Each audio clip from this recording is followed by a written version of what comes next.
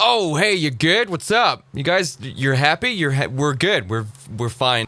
I think it's time for me to talk more about this. I don't need these on. About the sort of necessity that created the tag alt. My editor sent me a video that perfectly reflects the exact kind of thing I'm talking about whenever it comes to elitism isn't keeping people out. It's just making people create other spaces where they can actually feel accepted and included and safe from persecution. And this is the exact same thing I was kind of talking about whenever it comes to, you know what, it's not the exact, but it's quite close. More just, you know, this idea that one, you can even stop conservatives from enjoying subculture, but two, just this concept of you're not allowed in here. It's not going to stop them from being a part of the subculture. They're going to be there either way, but you are potentially going to be creating a conflicting subculture born out of necessity for people who don't feel included in the original scene or in your version of the scene. This kind of stuff does happen.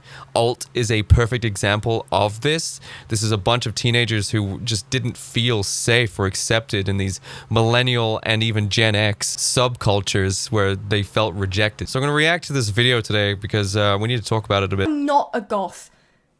Never have been, probably never will be, because I feel like calling myself a goth is like kind of offensive to actual goths because I don't have any connection to the culture, you know? Like, I agree with a lot of... Oh, what's the word? I can already tell, I can tell immediately that she's nervous talking about this. You can hear it. You can hear it in her voice. You can hear that she's nervous. That's not a good thing. When you're even just talking about the concept of being associated with the goth label and you're nervous, this is what you've cultivated, elitists. Ideology, that's a better word, so I agree with that, but I wouldn't call myself a goth. Like, I don't really have a goth fashion. What are we looking at? Am I being gaslit? Like, the music. I'm a K-pop girly. Like, I don't think that would classify as goth. A K-pop girly. I mean, there's definitely no representation for this kind of aesthetic in K-pop as far as I know. So I would say her aesthetic's coming from somewhere. I definitely think she probably has an interest in something that has inspired this kind of look that she's got going here. If I need a label, alternative. Music, fashion, aesthetic, beliefs and values, origins. See, beliefs and values, that's what I agree with. But I don't think that on its own would make me goth. The goth subculture members are often accepting and non-violent, with some being intellectuals who are cynical of societal evils and have a fascination with death. I resonate with a bit of that. Not all of it, but a bit of that. I do not have a fascination with death. Just you, yeah, exactly. We don't need labels. Baby, I'm just me. But alternative if you have to give me one. But I am me. You are you. And this is a cat. The only thing defined in that video was that cat.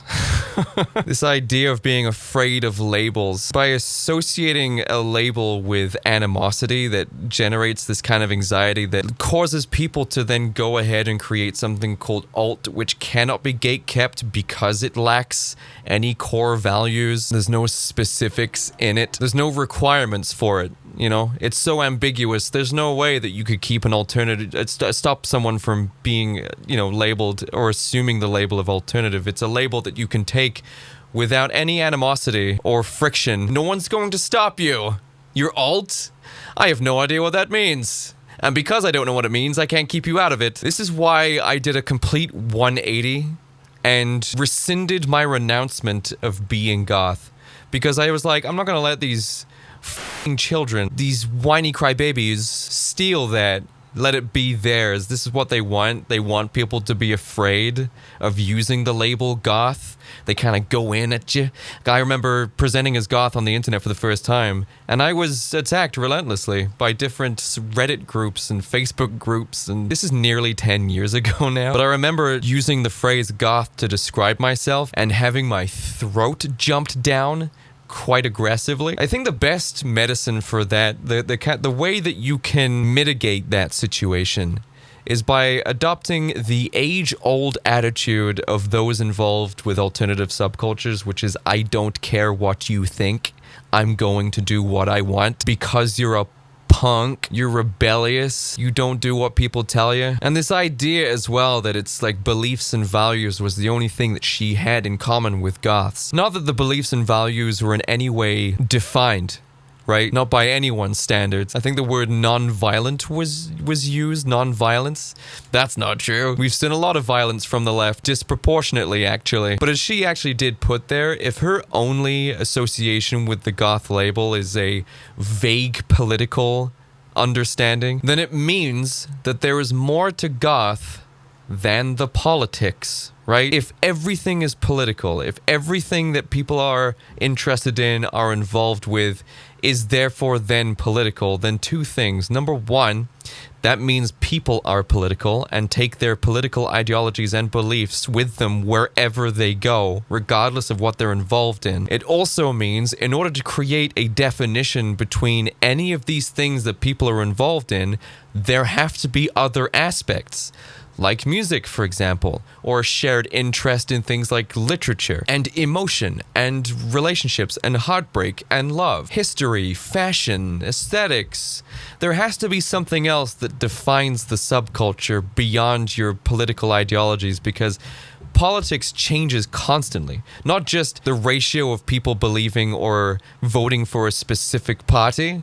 It's more also the fact that the definitions of either one of these parties or any of these parties changes to reflect the zeitgeist of human nature. Like immigration, for example, is one of those things. Back when it was a very small aspect of contention for the locals, for the nation, for the economy, then yes, opposing immigration on a small level, it would be seen as racist, right? That would be your only, I don't want to see of that race here anymore. But of course, as the decades have gone on, this issue has become far worse and is now affecting everyone of every single political affiliation. And now there's a very large portion of those who believe in leftist ideologies now agreeing that immigration is a problem. This is the evolution, how your political ideologies are applicable to the current times. There's a multitude of things that are factors in the political climate of any era, any decade, even any demographic, right? Like the young, the old, the non-white, the white,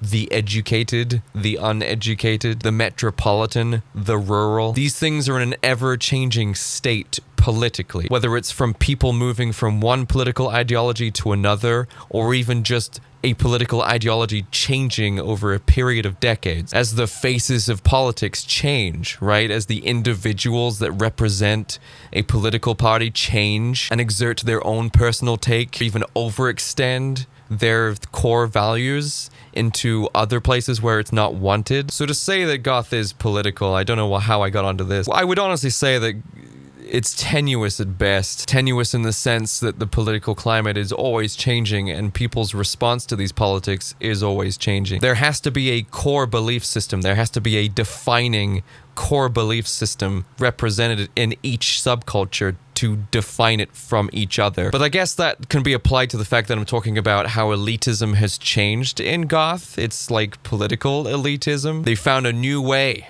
to keep you out of it, which of course was just as impotent as their first version of elitism, which is it's the music, and if you don't like the music, then you can't do it. It's like, well, people were still doing it. I don't know how you even planned to enforce any of this. Like, it all sounds good because you're saying it to the people you're trying to appeal to. It all sounds really great to them, but in practice, none of it can really be done. We should not allow conservatives into a goth subculture. You can't. You literally can't stop anyone from doing that. In my comments, actually, from previous videos, especially the one where I defined goth on my own grounds, my own terms, that's filled with goths who are conservative. You haven't stopped them. They're there. What are you going to do? Hunt them down? You're going to dox them? Force them into submission for their goth card? Like, take it back. But it's this level of elitism that's also led to the creation of this horrendous tag.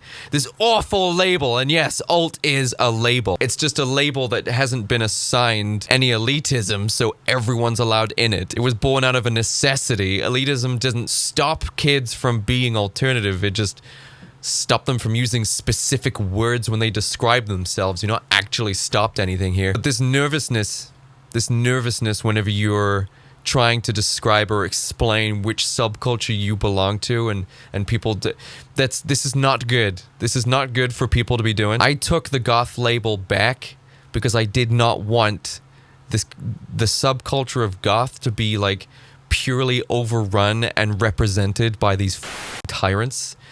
I think it's good to stand up, take a bit of heat for it, stand up for what you believe in, and be like, do you know what? I am goth by my own standards. That's how I feel. That's what I associate with. That's what I'm involved in. That's how I feel. If I have any message out there for any potential alt kids, I would completely bypass the concept of using the phrase alt. I think by presenting yourself as alt, you've kind of thrown in the towel. You've allowed the tyrants to win. Be punk as shit. Disrupt some people's expectations or some people's authority, and just align yourself with a label that you feel comfortable with. Hell, people are doing that kind of shit with everything else these days. I can't understand why subculture is where people are drawing the line here. Now, I'm going to be getting into more stuff like this month. This is going to be quite heavy on this kind of stuff, which I think is quite interesting because, you know, just doing general reaction videos, which are controversial if you've seen any of them. I'm never just like, wow, that's great. I mean, occasionally I do that, right, for some levity. But for the most part, I use reaction videos as a point for me to discuss and express my opinions and my experience and general lessons I've learned or conclusions I've come to based on doing this for as long as I have. So I'm going to be making a mess this month. It's going to be fun. If you're pissing people off, it means you're being rebellious. And if I don't associate with goth, I certainly associate with rebellious. Anyway, guys, there's no extension to this video. This was purely early access, so sorry about that. But thank you so much, everyone, for tuning in and watching this video. I had a great day today because I made it a great day, and I'll catch all of you next time. Bye-bye then.